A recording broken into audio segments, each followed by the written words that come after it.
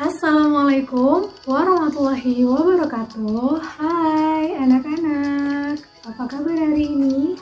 Belajar lagi yuk bersama Ibu Siva. Belajar mudah, belajar menyenangkan. Anak-anak, di masa pandemi ini kembali ingin Ibu ingatkan agar kita menerapkan 5 kebiasaan ini. Cuci tangan, pakai masker, jemur pagi hari, olahraga, dan jaga jarak. Di video kali ini kita akan belajar tentang tema 2, subtema 1, pembelajaran 1. Sebelum belajar, mari kita berdoa terlebih dahulu. Berdoa dimulai.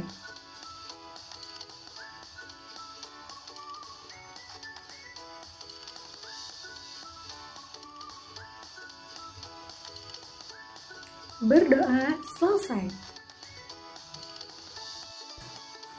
Siap belajar anak-anak? Ini dia tujuan pembelajaran yang harus kita capai pada pembelajaran kali ini. Baik anak-anak, kita langsung ke materinya.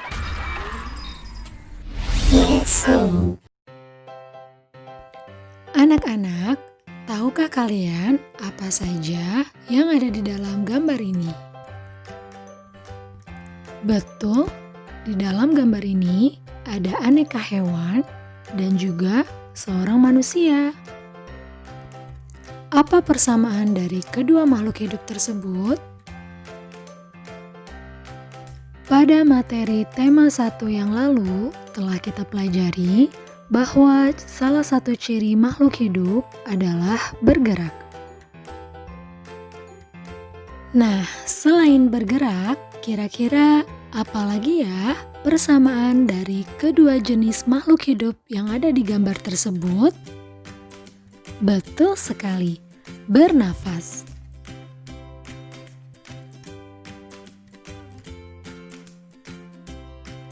Meskipun manusia dan hewan sama-sama bernapas, tetapi sistem pernapasannya berbeda loh.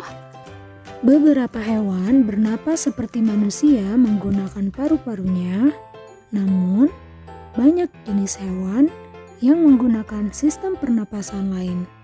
Apa saja sih sistem pernapasan pada hewan? Yuk kita amati dan pelajari bersama-sama. Di dalam buku sumber tema 2, terdapat wacana tentang dayu dan ikan hias. Mari kita baca bersama. Dayu memelihara banyak ikan hias berjenis ikan mas koki. Ikan-ikan hias itu dipelihara dalam sebuah akuarium. Setiap hari, Dayu memberi makan ikan-ikannya. Dayu juga rutin membersihkan akuarium dan mengganti airnya dengan air bersih. Kegiatan itu ia lakukan seminggu sekali. Dayu senang melihat ikan-ikan di dalam akuarium berenang ke sana kemari. Dayu memperhatikan saat mulut ikan-ikan itu terbuka dan menutup, seolah-olah ikan-ikan itu selalu menelan air. Dayu bertanya-tanya, apa ya yang sedang dilakukan ikan-ikan itu? Mengapa ikan selalu membuka dan menutup mulutnya?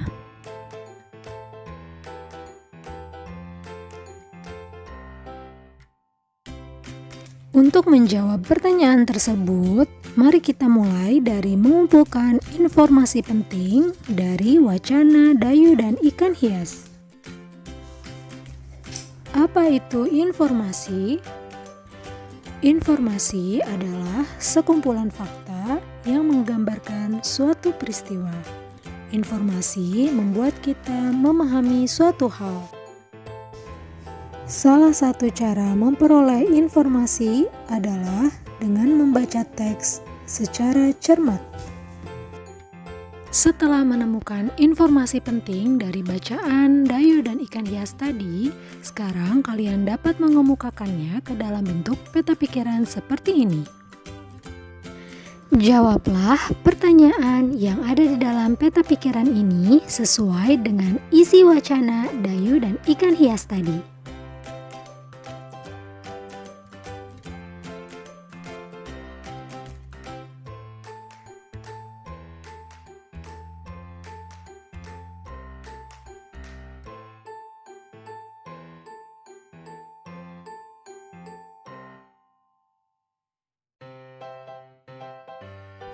Sesuai dengan pertanyaan dalam peta pikiran tadi, pertanyaan ke-6, apa yang diperhatikan Dayu saat melihat ikan-ikan hiasnya?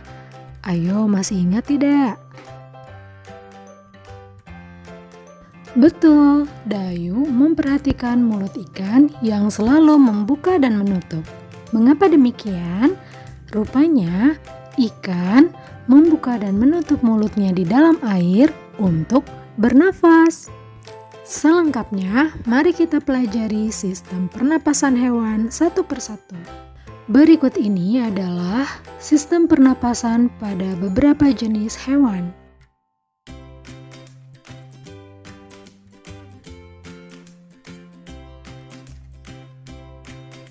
Yang pertama, sistem pernapasan cacing. Cacing bernapas menggunakan permukaan kulitnya yang basah dan berlendir. Permukaan kulit tersebut membantu pertukaran gas oksigen dan karbon dioksida.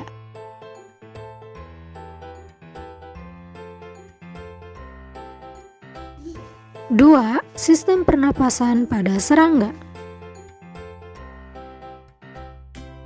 Serangga bernapas menggunakan trakea, yaitu saluran-saluran halus yang bercabang dan tersebar di seluruh tubuh serangga. Cara bernapasnya adalah oksigen masuk melalui lubang yang disebut stigma, lalu diedarkan melalui trakea ke seluruh tubuh. Percabangan trakea disebut trakeola.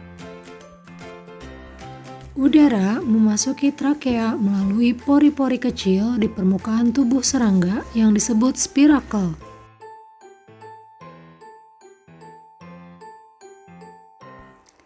Tiga, sistem pernapasan ikan.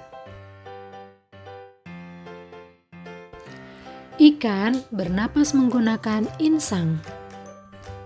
Insang terdapat tepat di belakang rongga mulut pada kedua sisi kepala ikan.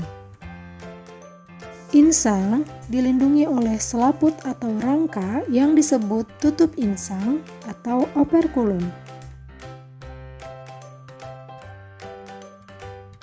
Di balik tutup insang ini terdapat 4 deret insang yang saling tumpang tindih. Dalam insang terdapat pembuluh darah halus yang dapat menyerap oksigen yang terkandung dalam air dan melepaskan karbon dioksida dari darah. Insang juga berfungsi sebagai alat pengeluaran garam-garam dan sebagai penyaring makanan.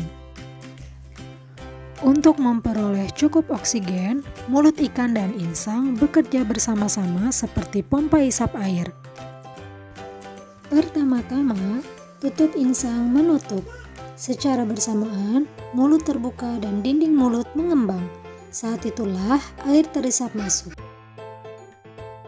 Kedua, rongga mulut menyempit dan mulut menutup. Secara bersamaan, tutup insang terbuka. Akibatnya, air keluar dari mulut dan melewati insang. Saat itulah oksigen dari dalam air terserap dan karbon dioksida dikeluarkan. Kemudian, terjadilah pertukaran oksigen dengan karbon dioksida.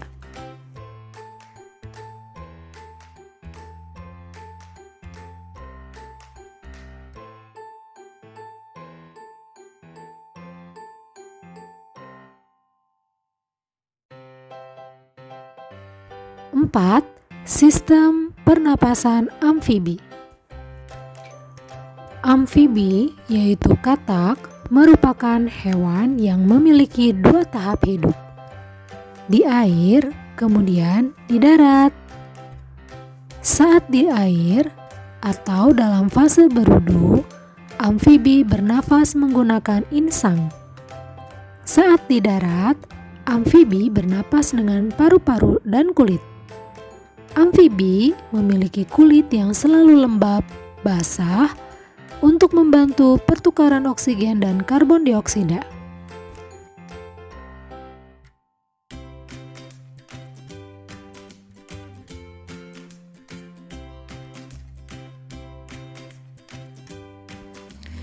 Lima, sistem pernapasan reptilia. Reptilia, seperti ular, bernapas menggunakan paru-paru. Oksigen masuk melalui hidung ke tenggorokan, lalu ke paru-paru. Karbon dioksida pun dibuang melalui jalur yang sama. Ada reptilia yang dapat menyelam seperti kura-kura, penyu, dan buaya. 6. Sistem pernapasan pada burung. Burung bernapas dengan menggunakan paru-paru. Pernapasan pada burung dibantu oleh pundi-pundi udara. Pundi-pundi atau kantong udara ini mampu menyimpan udara. Saat terbang, burung tidak bernapas melalui hidung, melainkan menggunakan udara yang tersimpan di pundi-pundi udara.